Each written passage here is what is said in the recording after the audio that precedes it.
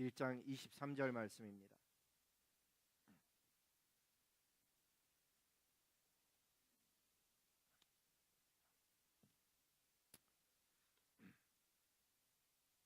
같이 함께 읽겠습니다. 시작. 보라, 처녀가 잉태하여 아들을 낳을 것이요 그 이름을 임마누엘이라 하리라 하셨으니 이를 번역한즉 하나님이 우리와 함께 계시다 함이라. 아멘. 참고로 우리 청소년이나 어린이 예배가 따로 있으니까 혹시 이 가운데 자녀들이 있으면 글로 보내주시기 바랍니다. 오늘 말씀해 보니까 하나님이 우리와 함께 계시다, 그게 임마누엘이라고 합니다. 그러니까 임마누엘의 의미가 하나님이 우리 가운데 계시다, 우리와 함께 하신다, 그런 의미라 그럽니다. 우리가 다 경험이 있어서 알지만 어릴 적에 집에 엄마나 아빠가 있으면 캄캄한 밤, 천둥치는 밤에도 안 무서웠습니다. 그러니까 보호자가 그저 가까이 있다는 것만으로도 그런 평안함을 저와 여러분이 누릴 수 있는 것입니다. 하나님께서 우리와 함께 계시다는 것은 바로 그런 보호자 되심의 평안함이 우리에게 제공되는 것입니다. 그런데 이러한 임마누엘의 평안함은 부모님이 옆에 있는 정도의 그런 평안함이 아닙니다. 범죄한 인류가 다시금 거룩한 하나님께 나아갈 수 있게 되어서 잃어버렸던 평화, 하나님과의 관계의 회복을 되찾은 그런 평안함을 이야기하는 것입니다. 하나님을 배반하고 스스로 인생의 주인이 되어 살던 우리 범죄한 인류에게 주어진 큰 평강의 소식이 임마누엘입니다. 따라서 임마누엘의 예수님은 우리 인류가 하나님과 함께 화목하게 되는 길이 열렸다는 큰 기쁨의 소식이기에 그것을 우리가 복음이라고 부르는 것입니다.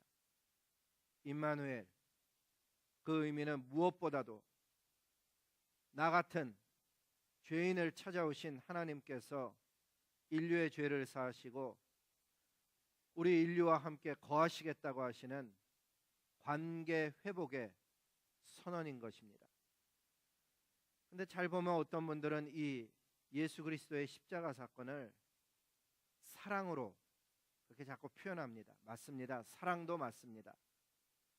십자가의 사건을 타인을 위한 희생, 그리고 그 희생적인 사랑으로 설명하면서 우리도 그 사랑을 본받아야 된다, 이웃을 그렇게 사랑해야 된다, 그렇게 가르칩니다.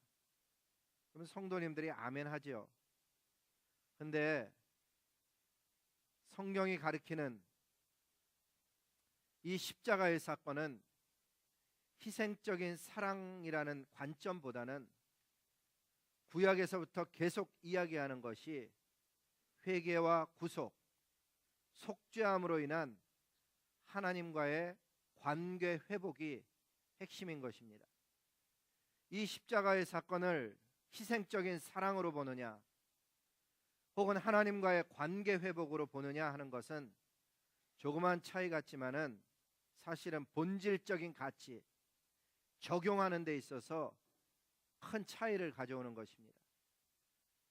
만약에 십자가의 사건을 희생적인 사랑으로 본다면 저와 여러분도 세상 가운데 나가서 이웃을 희생적으로 사랑하는 것이 이 신앙의 핵심이어야 합니다. 물론 그러한 영역이 있다는 것입니다. 그러나 십자가의 사건을 하나님과의 관계 회복으로 본다면 적용에 있어서 가장 먼저 추구해야 되는 것은 이웃을 사랑하기에 앞서서 하나님께 나아가 회복되고 하나님과 교제됨이 더 핵심적인 사실로 드러나게 되는 것입니다. 어떤 분들은 이런 얘기 듣고도 뭐 둘 다 중요하지 이렇게 생각합니다. 아닙니다. 하나님과의 교제가 먼저이고 그것이 핵심이고 죄로부터 구원받아야 하는 사건이 먼저 일어나야 하는 것입니다. 하나님과의 교제가 회복되고 죄로부터 구원받은 사람으로서 이웃을 사랑하며 사는 것입니다. 성탄절에 가난한 이웃을 찾아가고 어떤 사람인가를 도와주는 것 참 좋은 것입니다. 그 가운데 하나님과의 관계가 세상 가운데 드러나는 것인데, 만약에 그렇게 바로 서 있지 않다면, 하나님과의 관계가 우선되어져 있지 않다면, 구원받은 사건이 없다면 우리 인간이 행하는 모든 선행은 그 의미가 퇴색될 수밖에 없는 것입니다. 우리가 알다시피 하나님 모르는 사람들도 연말에 양로원이며 고아원이며 어려운 이웃을 찾아다닙니다. 윤리적으로, 도덕적으로, 사회적으로 좋은 일 많이 합니다. 그러나 그것은 사실은 알맹이가 없는 선행인 것입니다. 영원한 상급이 약속되지 않은 선행인 것입니다. 따라서 문제는 반드시 예수 그리스도께 돌아와 회개함, 돌이킴, 구원받음, 하나님과의 관계가 회복됨 등이 먼저 일어나야 하고, 그 결과로서 이웃을 섬기고 나라와 열방을 섬기는 것이 마땅한 것입니다. 오늘 우리에게 주어진 임마누엘의 하나님은 그런 면에 있어서 내가 너와 함께 하겠다는 그 의미는 예수 그리스도 때문에 하나님께 가까이 갈 수 있는 회복의 선언이고, 그 예수님이 우리 가운데 역사하셔서 하나님께 은혜를 입게 하는 것입니다. 두 번째는 보호하신다는 영역입니다. 하나님이 우리 가운데 계신다는 의미가 하나님께서 우리를 보호하신다는 그런 의미이기도 한 것입니다. 예를 들면 구약시대의 성막의 가장 큰 의미는 하나님이 우리 가운데 계실 뿐만 아니라 그분이 보호하시고 인도하심을 드러내는 것이었습니다. 성막 위에 있는 구름이 머물면 백성들은 그곳에 장막을 치고 머물다가, 성막 위에 불기둥 혹은 구름기둥이 일어나 움직이면 백성들도 장막을 걷고 움직였던 것입니다. 성경 말씀해 보니까 구름이 성막 위에 머무는 날이 오래일 때는 이스라엘 자손이 여호와의 명령을 지켜 행하지 아니하였다고 합니다. 특히 성막 안에 있던 법궤, 하나님의 음재와 보호를 의미하는 것이었습니다. 35절 말씀해 보니까 그들이 여호와의 산을 떠나 3일 길을 갈 때 여호와의 언약궤가, 하나님의 말씀을 상징하던, 임재를 상징하던 그 언약궤가 3일 길을 앞서가며 그들의 쉴 곳을 찾았다라고 성경은 말씀해 주고 있습니다. 궤가 떠날 때에는 모세가 말하기를 여호와여 일어나서 주의 대적을 흩으시고 주를 미워하는 자가 주 앞에서 도망하게 하소서. 그렇게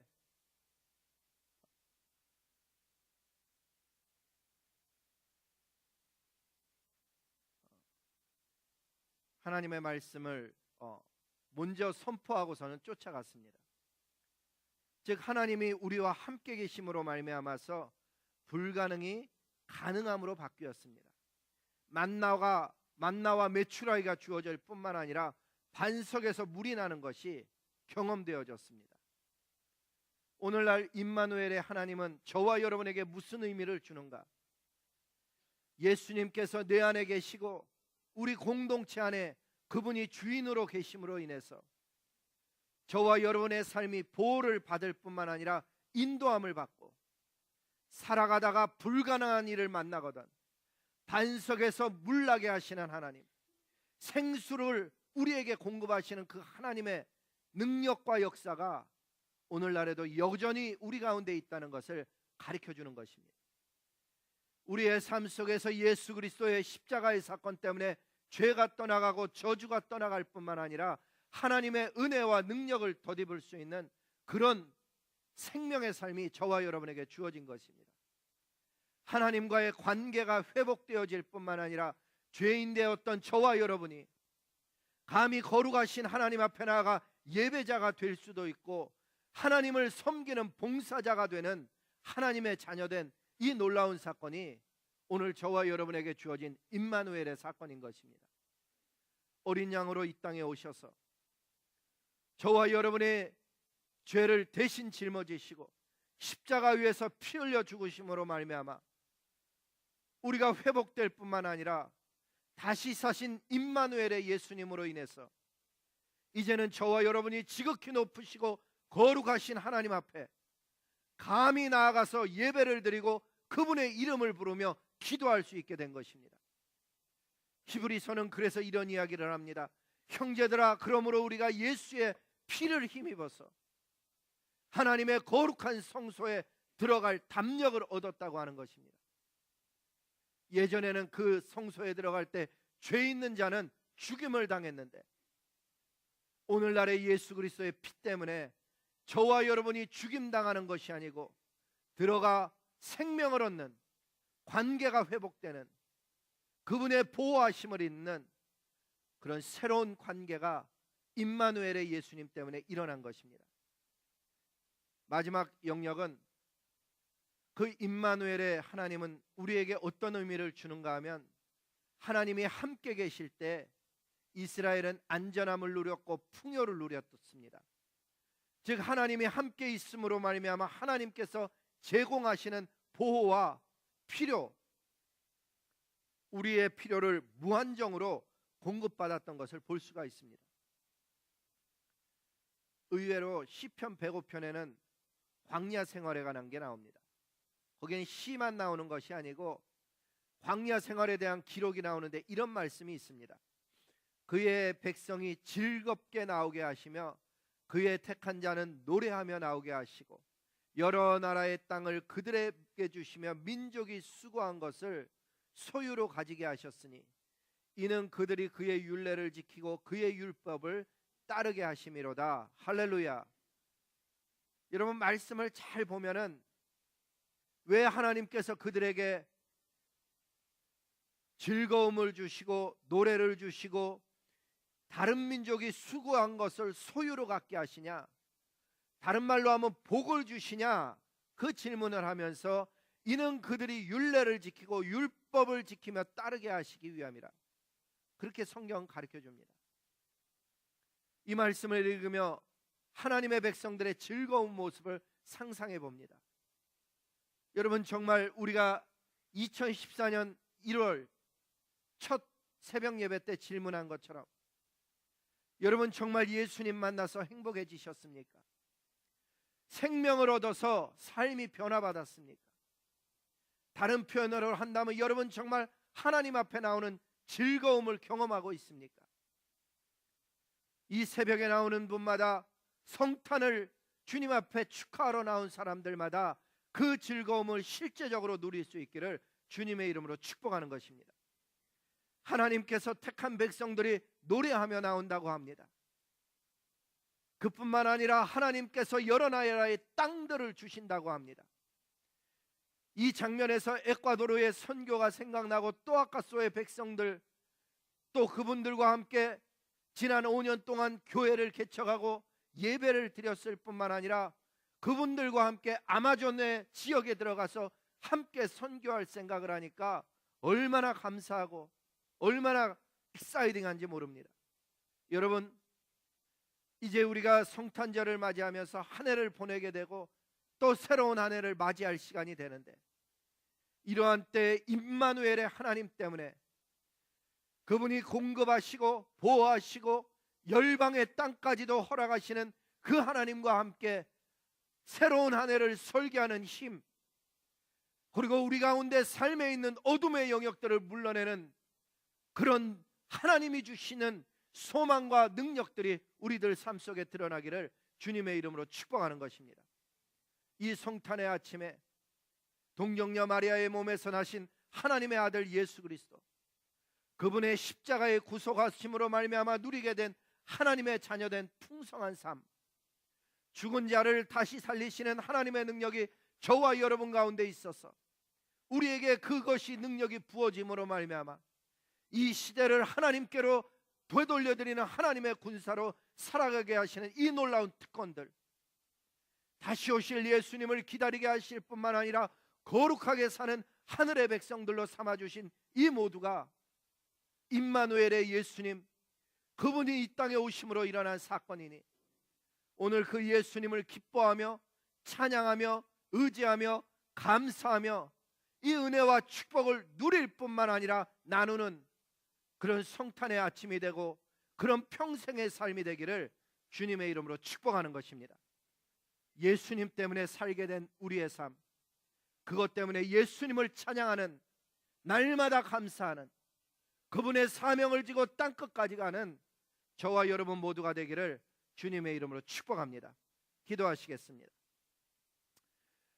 왕의 왕이 되신 아버지 하나님, 오늘 우리 가운데 오셔서 공급하시고 보호하시고 인도하시고 오늘도 눈에 보이지 않은 불기둥과 구름기둥으로 우리들의 삶을 다스리실 뿐만 아니라 행하게 하시고 진행케 하시고 생명 주시고 하나님을 감히 아바 아버지라 부르게 하시는 것만도 감당할 수 없는 은혜이고 축복이온데, 이렇게 주님 오셨음을 기념하여서 온 성도들과 함께 새벽을 깨우며 우리의 자녀들은 모여 예배드리며 찬양케 하시니 주님 그 은혜를 감사를 드립니다.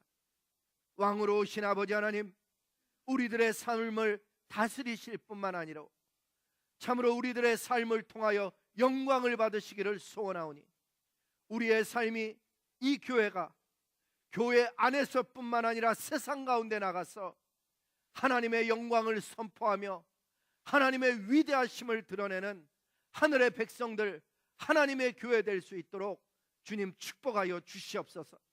오늘 이 새벽에 주님 오셨음을 감사하며 이제 저희가 함께 기도할 터인데, 아버지 하나님, 우리들의 기도 속에 살아계신 성령께서 기도할 바를 알게 하여 주시옵시고, 무엇을 기도해야 되는지, 어떤 꿈을 놓고 기도해야 되는지, 무엇을 감사해야 되는지, 어떻게 하나님 앞에 헌신하며 생명을 드려야 되는지 하나님 앞에 기도하며 다짐하며 발견하며 은혜를 힘입으며 하늘로부터 임하는 능력을 힘입는 그런 기도의 시간 될 수 있도록 주님 축복하여 주시옵소서. 이제 여호와의 이름을 부르며 기도할 때 여호와 하나님 우리 가운데 임재하시고, 이제 우리가 찬양하는 소리 들으시고 그 찬양의 가사처럼 왕으로 높임을 받으시옵소서. 예수님 이름으로 감사하며 축복하며 기도드렸습니다. 아멘.